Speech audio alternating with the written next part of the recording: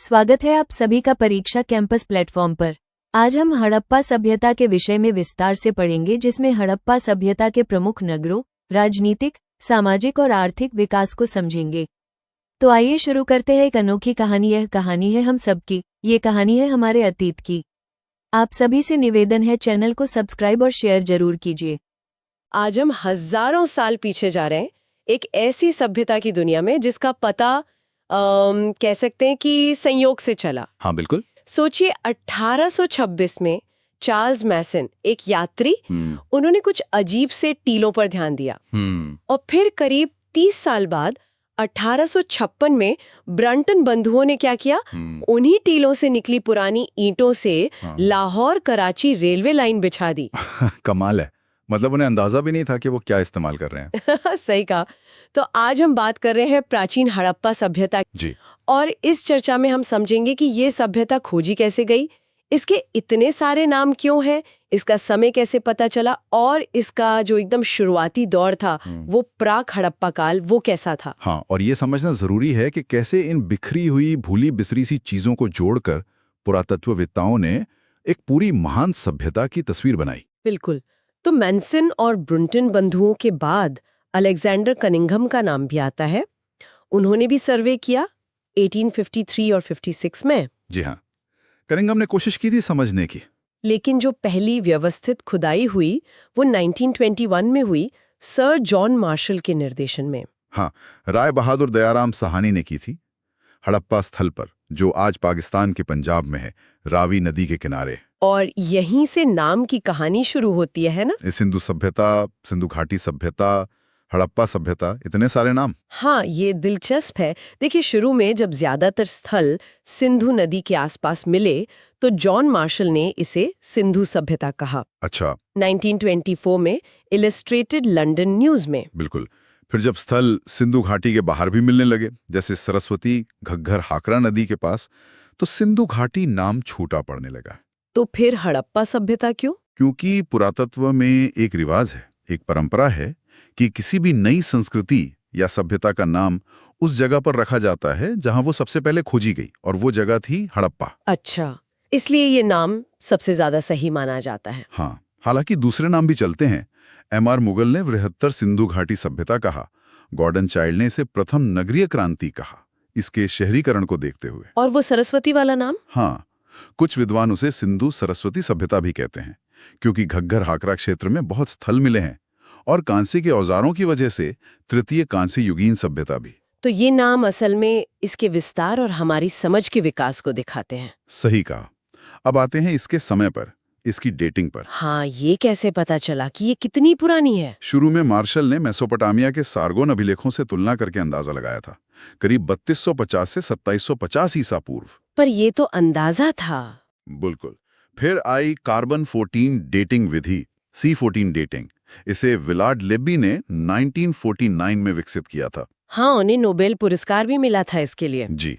C14 की half life, मतलब अर्ध आयु, करीब 5730 साल होती है। इसी तकनीक से डीपी अग्रवाल ने जो तिथि निकाली वो सबसे ज्यादा मानी जाती है, लगभग 2300 ईसा पूर्व से 1750 ईसा पूर्व। अरे, मतलब मार्शल के अंदाजे से करीब 1000 साल बाद के। हाँ। ये तो बहुत बड़ा अंतर है। हाँ, विज्ञान ने तस्वीर काफी बदल दी। अच्छा, और ये सभ्यता बसाई किसने थी? कौन लोग थे? देखिए, जो कंकाल मिले हैं उनके अध्ययन से लगता है कि कम से कम 4 तरह के मानव प्रजातीय समूह थे: प्रोटो ऑस्ट्रेलाइड, भूमध्य सागरीय, अल्पाइन और मंगोलाइड। मतलब काफी विविधता थी। हाँ, और इनमें भूमध्य सागरीय समूह, जिनका संबंध अक्सर द्रविड़ लोगों से जोड़ा जाता है, वो शायद मुख्य थे। लेकिन क्या इस पर सब सहमत हैं कि ये द्रविड़ ही थे? नहीं, बिल्कुल नहीं, यहीं पर मतभेद हैं।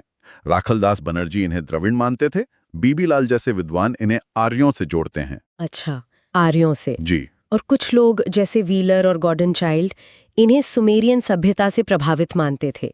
अमलानंद घोष ने राजस्थान की सोथी संस्कृति से इसका विकास बताया। और रोमिला थापर और फेयर सर्विस? हाँ, वो इसे बलूचिस्तान की जो ग्रामीण संस्कृतियां थीं उनका धीरे धीरे विकसित रूप मानते हैं। तो ये अभी भी बहस का मुद्दा है। समझ गए। तो इसके विकास को समझने के लिए इसे 3 हिस्सों में बांटा गया है। हाँ, मोटे तौर पे 3 चरण। प्रारंभिक या प्राक हड़प्पा, जो करीब 3200 से 2600 ईसा पूर्व तक था। जी फिर परिपक्व हड़प्पा, जी, अब की- 2600 से 1900 ईसा पूर्व। ये वो दौर है जिसे हम ज्यादातर हड़प्पा सभ्यता के नाम से जानते हैं। और फिर उत्तर हड़प्पा, लगभग 1900 से 1300 ईसा पूर्व। आज हम पहले वाले पर प्राक हड़प्पा पर फोकस कर रहे हैं। ये क्यों जरूरी है? ये बहुत जरूरी है क्योंकि ये दिखाता है कि हड़प्पा सभ्यता एकदम से आसमान से नहीं टपकी थी। ये नवपाषाण काल की खेती करने वाली बस्तियों और बाद की शहरी सभ्यता के बीच का पुल है। मतलब एक क्रमिक विकास हुआ। बिल्कुल। अमलानंद घोष ने सबसे पहले प्राक हड़प्पा और विकसित हड़प्पा में जो समानताएं थीं, उन पर ध्यान दिलाया था। इस शुरुआती दौर के कुछ खास जगहें और खोजें क्या है? कई हैं, जैसे बलूचिस्तान में मेहरगर। ये बहुत पुराना स्थल है जहां लगातार बसावट रही है। हाँ, मैंने पढ़ा है कि वहां से मिली कुछ मिट्टी की मूर्तियों में मांग में सिंदूर भी लगा है। जी बिल्कुल। फिर सिंध में कोट दीजी है। वहां किलेबंदी के सबूत हैं और जले हुए होने के निशान भी हैं, शायद आग लगी हो। और सींग वाले देवता के चित्र वाले बर्तन भी मिले हैं। अमरी का भी नाम आता है। हाँ, अमरी से भी किलेबंदी और गैंडे की हड्डियों के सबूत मिले हैं।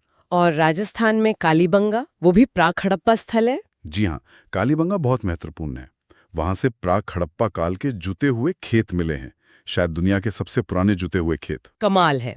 और वहां जौ की खेती और भूकंप के भी निशान है। हाँ, ये सब प्राक हड़प्पा दौर की बातें हैं। एक और चीज, इस दौर की ईंटों का साइज, उनका अनुपात अलग था। अच्छा। क्या अनुपात था? आमतौर पर 3-2-1 का, जबकि बाद में परिपक्व हड़प्पा में 4-2-1 का अनुपात ज्यादा मिलता है। तो ये छोटी छोटी बातें भी बड़े बदलाव दिखाती हैं। बिल्कुल। तो हमने समझा कि कैसे एक संयोग से शुरू हुई खोज व्यवस्थित खुदाई तक पहुंची। नाम को लेकर कितनी परतें हैं। C14 जैसी वैज्ञानिक विधि ने समय तय करने में मदद की, और कैसे अलग अलग लोगों और संस्कृतियों ने मिलकर इस महान सभ्यता की नींव रखी। खासकर वो प्राक हड़प्पा चरण कितना अहम था। हाँ, और अगर हम इसे बड़ी तस्वीर में देखें तो ये प्राक हड़प्पा संस्कृतियां हमें बताती हैं कि हड़प्पा सभ्यता कोई एक अकेली अचानक बनी चीज नहीं थी। ये एक लंबी प्रक्रिया थी जिसमें अलग अलग क्षेत्रों का अपना अपना योगदान था, अपनी विशेषताएं थीं। सही कहा। और यहीं पर हम अपने श्रोताओं के लिए एक सवाल छोड़ जाते हैं। जी ये जो प्राक हड़प्पा दौर में हमें क्षेत्रीय विविधता दिखती है, कहीं किलेबंदी है, कहीं नहीं, कहीं खास तरह के बर्तन मिल रहे हैं, कहीं जुते हुए खेत, क्या ये सबूत इस आम धारणा को चुनौती देते हैं कि हड़प्पा सभ्यता एक जैसी एक रूप इकाई थी? इस पे सोचिएगा जरूर। हड़प्पा सभ्यता के कुछ बहुत ही खास शहरों की गलियों में हमारे पास जो स्रोत है वो इन जगहों की खुदाई और आप कह सकते हैं वहां मिली चीजों की कहानी बताते हैं। हम देखेंगे हड़प्पा, मोहनजोदारो, चन्हूदड़ो, लोथल और कालीबंगा जैसे शहरों पर। मतलब ये शहर कैसे बसे थे, क्या थी इनकी पहचान, और वहां मिली कौन सी चीजें हमें आज भी सोचने पर मजबूर करती हैं। चलिए शुरू करते हैं। तो शुरुआत हड़प्पा से करते हैं। इसे तोरण द्वार का नगर भी कहते हैं। यहाँ शहर और किले के टीले अलग अलग थे, पर यहाँ कुछ खास मिला है ना? हाँ बिल्कुल। यहाँ आवास क्षेत्र के दक्षिण में एक कब्रिस्तान मिला है, जिसे मतलब R47H नाम दिया गया है। इसमें देवदार की लकड़ी का एक ताबूत मिला, जो काफी अनोखा है, शायद किसी विदेशी का रहा हो।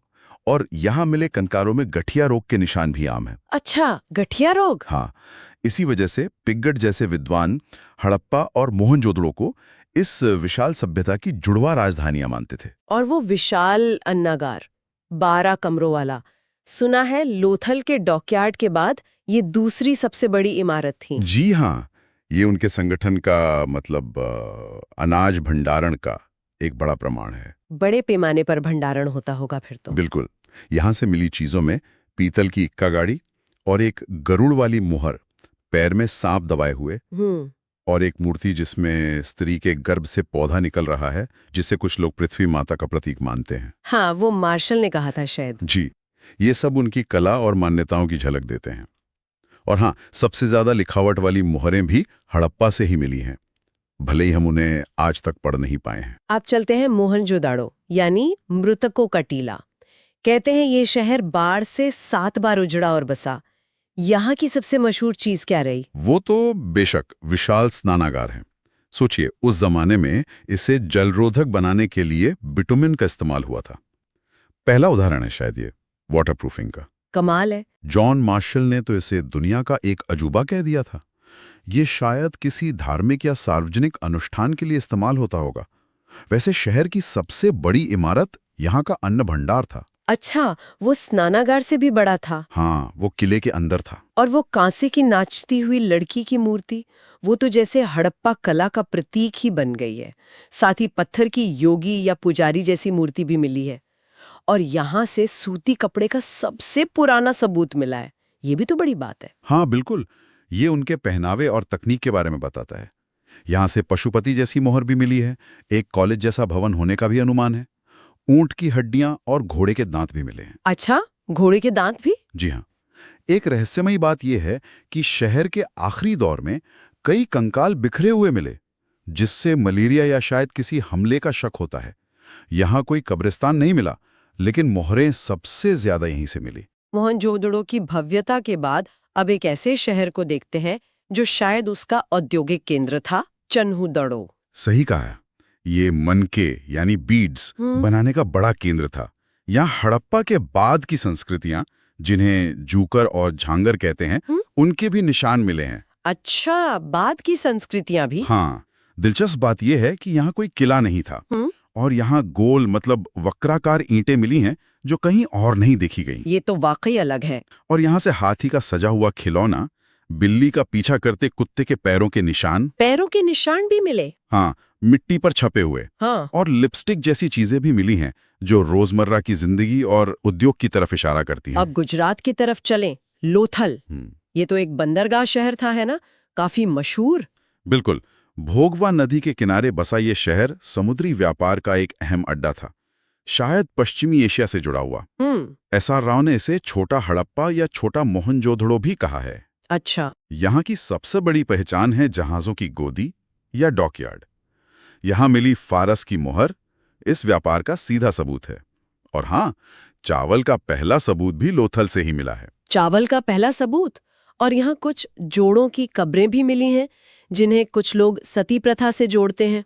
हाँ, 3 युगल समाधियां मिली हैं, पर यह सती प्रथा थी या नहीं, ये सिर्फ एक अनुमान है, कोई ठोस सबूत नहीं। और वो बर्तन पर चालाक लोमड़ी की कहानी जैसा चित्र, वो क्या था? हाँ, वो पंचतंत्र की कहानी जैसा लगता है।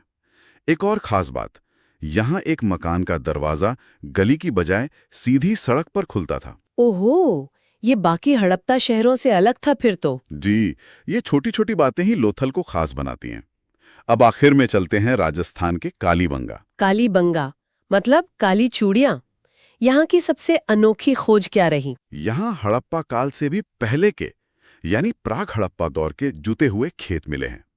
और कमाल की बात यह है कि खेत में आड़ी तिरछी जुताई के निशान हैं। आड़ी तिरछी मतलब? मतलब लगता है कि एक साथ 2 फसलें उगाई जाती थी, जैसे चना और सरसों। ये खेती की उन्नत तकनीक दिखाता है उस जमाने में। वाह, ये तो अद्भुत है। और यहाँ एक लाइन में 7 हवन कुंड या अग्निवेदियां मिली हैं। इनका क्या मतलब हो सकता है? शायद ये किसी तरह के धार्मिक अनुष्ठान की जगह रही हो। यहाँ मेसोपोटामिया जैसी बेलनाकार मोहर भी मिली है। अच्छा, मेसोपोटामिया वाली? हाँ, जो दूर देशों से संपर्क का संकेत है। लेकिन मोहनजोदड़ो के पक्के ईंटों वाले घरों के उलट यहाँ ज्यादातर घर कच्ची ईंटों के थे। इसलिए इसे कुछ विद्वानों ने दीनहीन बस्ती भी कहा है। हाँ। पानी निकासी का सिस्टम भी उतना अच्छा नहीं था, हालांकि लकड़ी की नाली जरूर मिली है। ऊंट की हड्डियां और फर्श पर सजी हुई ईंटें भी यहाँ की खासियत हैं। और यहाँ मातृ देवी की कोई मूर्ति नहीं मिली है ना? नहीं, यहाँ मातृ देवी की मूर्तियां नहीं मिली हैं, जो बाकी हड़प्पा स्थलों से थोड़ा अलग है। हाँ, लोथल की तरह यहाँ भी खोपड़ी की शल्य चिकित्सा के प्रमाण मिले हैं। यहाँ में बनावली जलते हैं। ये एक अच्छी खासी बस्ती थी, पर हैरानी की बात यह है कि यहाँ वो मशहूर सिंधु जल निकासी व्यवस्था नहीं मिली। हाँ, ये थोड़ा अजीब है, क्योंकि बेहतरीन ड्रेनेज सिस्टम तो हड़प्पा की पहचान माना जाता है। शायद हर शहर एक जैसा नहीं था, या यहाँ कुछ अलग बात रही होगी। पर यहाँ से मिट्टी के हल्का खिलौना मिला है, और जौ, तिल, सरसों के ढेर भी। अच्छा, अब गुजरात की ओर देखें तो सुरकोट दा है। यहाँ जो मिला है वो कुछ पतन की तरफ इशारा करता है ना? बिल्कुल। यहाँ की सबसे खास खोज शायद घोड़े की हड्डियां हैं। ये आमतौर पर हड़प्पा की दूसरी जगहों से नहीं मिलती, तो इस पर काफी बहस है कि घोड़े थे या नहीं थे। हाँ, ये मुद्दा तो है। और हाँ, यहाँ एक खास तरह का कब्रिस्तान और तराजू के पल्ले भी मिले हैं। इससे उनके रीति रिवाजों और व्यापार का कुछ अंदाजा लगता है। गुजरात में ही एक और जगह है, रंगपुर। यहाँ से ना तो कोई मोहर मिली है, न ही मातृ देवी की मूर्ति। ये थोड़ा अलग है, पर चावल की खेती के सबूत हैं। जी, और इससे सिंधु सभ्यता का औरस पुत्र भी कहते हैं। मतलब एक तरह से बाद के दौर का प्रतिनिधित्व करने वाला स्थल। शायद। जब मुख्य केंद्र ढल रहे थे तब भी यहाँ जीवन कुछ बदलावों के साथ चल रहा था। अच्छा, दिलचस्प। अब वापस हरियाणा चलें तो राखीगढ़ी। सुना है यह भारत में मिला सबसे बड़ा हड़प्पा शहर है। जी हाँ, नई खोजों के हिसाब से तो यही है। इसका बड़ा होना ही बताता है कि ये कितना महत्वपूर्ण रहा होगा। यहाँ से सिंधु लिपि वाली मुहरें मिली हैं और वो बच्चों की खेलने की गोटियां या पिड्डू भी मिले हैं। हाँ, वो रोजमर्रा की जिंदगी की झलक देते हैं। लेकिन आर्किटेक्चर की बात करें तो गुजरात का धोलावीरा, वो तो कमाल ही है। शहर 3 हिस्सों में बटा था, किला, बीच का शहर और निचला शहर। ये तो बाकी जगहों से अलग है। हाँ, ये त्रिस्तरीय बनावट अनोखी है और वहाँ की पत्थर की दीवारें, पानी का इंतजाम, 16 जलाशय और बांध, सोचिए जरा। उस जमाने में पानी बचाने की ऐसी तकनीक, गजब। और एक खेल का मैदान, और वो दुनिया का सबसे पुराना माना जाने वाला साइन बोर्ड भी। 10 बड़े बड़े निशान है उस पर, क्या लिखा है कौन जाने। आज भी पहेली है। हाँ, और धोलावीरा से सुनामी का सबसे पुराना सबूत मिलना भी एक बड़ी बात है। और पंजाब में रोपड़, उसकी क्या कहानी है? वो आजादी के बाद भारत में खोजा गया पहला हड़प्पा स्थल था और वहां इंसान की कब्र में कुत्ते को साथ दफनाने का सबूत मिला है। ये कुछ वैसा ही है जैसा कश्मीर के बुरझोम में नवपाषाण काल में होता था। दिखाता है कि शायद संस्कृतियों में कुछ जुड़ाव रहा हो। तो इन शहरों की प्लानिंग भी जबरदस्त थी। बिल्कुल। मतलब बिना आज की टेक्नोलॉजी के इतनी सटीक योजना। बिल्कुल। सड़कें एकदम सीधी ग्रिड पैटर्न पर एक दूसरे को समकोण पर काटती हुई। ज्यादातर शहर 2 हिस्सों में थे। ऊंचा वाला दुर्ग शायद शासकों के लिए और नीचे का बड़ा शहर आम लोगों के लिए। धोलावीरा 3 हिस्सों वाला अपवाद था। और वो नालियां भी ढकी हुई। हाँ, सफाई का पूरा ध्यान। हालांकि बनावली में ये सिस्टम नहीं था, जैसा हमने कहा। मकान ज्यादातर पक्की ईंटों के थे, जिनका एक स्टैंडर्ड साइज था 4:1 के अनुपात में। पर कालीबंगा, रंगपुर में कच्ची ईंटें भी मिली। दरवाजे मुख्य सड़क पर नहीं, गलियों में खुलते थे। हाँ, शायद शोर और धूल से बचने के लिए। हो सकता है। अब जरा सामाजिक जीवन देखें। जो इतनी सारी मातृ देवी की मूर्तियां मिली हैं, उससे लगता है कि समाज शायद मातृसत्तात्मक रहा हो। और समाज बटा हुआ था। पुरोहित, व्यापारी, कारीगर, मजदूर। हथियार बहुत कम मिले हैं, तो लगता है लोग शांति प्रिय थे। खाने पीने में शाकाहारी, मांसाहारी दोनों। सूती और ऊनी कपड़े पहनते थे। गहनों का भी शौक था। और धर्म, मंदिर वगैरह थे। देखिए, मंदिर का कोई पक्का सबूत तो नहीं मिला है। उनका धर्म शायद रोजमर्रा की जिंदगी से ज्यादा जुड़ा था। मातृ देवी की पूजा तो थी ही, फिर वो पशुपति वाली मुहर मिली है, जिसे शिव का पुराना रूप मानते हैं। हाँ, वो योगी वाली मुद्रा में। जी, लिंग योनि पूजा, पीपल के पेड़ की पूजा, पानी की पूजा, ये सब चलता था। कालीबंगा जैसी जगहों से हवन कुंड जैसी वेदियां भी मिली हैं। और स्वास्तिक का निशान शायद सूरज की पूजा से जुड़ा हो। अच्छा, और अर्थव्यवस्था कैसे चलती थी? खेती मुख्य थी। गेहूं, जौ खास फसलें थीं। कपास भी उगाते थे, जिससे यूनानी सिंडोन कहते थे। इसी से शायद इंडिया नाम भी जुड़ा है। ओह अच्छा। पशु पालते थे। बैल बहुत महत्वपूर्ण था। घोड़े को लेकर जैसा कहा अभी पक्का नहीं है। और व्यापार, मेसोपोटामिया से कनेक्शन था, जो शायद सिंधु इलाके के लिए ही था। लोथल जैसे बंदरगाह थे। ये कांसी युग की सभ्यता थी। तांबे में टिन मिलाकर कांसा बनाते थे। और उनकी लिखावट वो आज तक नहीं पढ़ी जा सकी। नहीं, दुर्भाग्य से अब तक नहीं। वो चित्रात्मक लिपि है, मतलब चित्रों और संकेतों वाली। और उसे लिखते भी अजीब तरह से थे। एक लाइन दाएं से बाएं तो अगली बाएं से दाएं। बूस्ट्रोफिडन कहते हैं इसे। अगर पढ़ी जाए तो कई राज खुलेंगे। सही बात है। और फिर इतनी बड़ी सभ्यता खत्म कैसे हो गई? क्या हुआ होगा? इस पर कई थ्योरी हैं, पर कोई एक जवाब नहीं है। कुछ लोग मानते हैं कि बाहर से आर्यों ने हमला किया।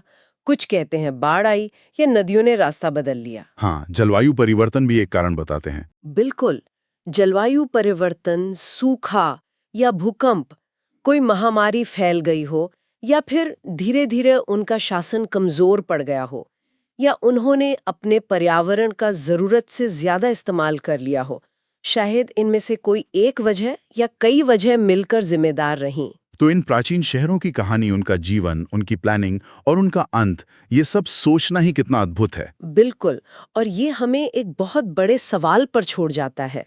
वो लिपि, उनकी भाषा, जिसमें न जाने कितने राज छुपे हैं, क्या हम कभी उसे समझ पाएंगे? उनकी जो अनकही कहानियां हैं वो आज भी इतिहास में दबी हुई हैं और हमें और जानने और खोजने के लिए उकसाती रहती हैं। तो इन सभी शहरों को देखकर एक बात तो साफ है, हड़प्पा सभ्यता सिर्फ एक जैसी नहीं थी। इसमें गजब की प्लानिंग थी, बड़े शहर थे, दूर तक व्यापार था, लेकिन साथ ही हर इलाके की अपनी खासियतें भी थीं। काफी विविधता थी। बिल्कुल। ये शहर हमें एक बेहद विकसित और जटिल समाज की कहानी सुनाते हैं। और सोचिए, अभी भी उनकी लिपि हमारे लिए एक पहेली है। अगर हम उसे पढ़ पाते तो न जाने कितने और राज खुलते। सही कहा। चलते चलते ये सोचना दिलचस्प है कि इन सभी खोजों में से कौन सी एक खोज है जो उस प्राचीन शहरी जीवन के बारे में हमारी समझ को सबसे ज्यादा बदलती है। ये सोचने के लिए एक अच्छा सवाल है।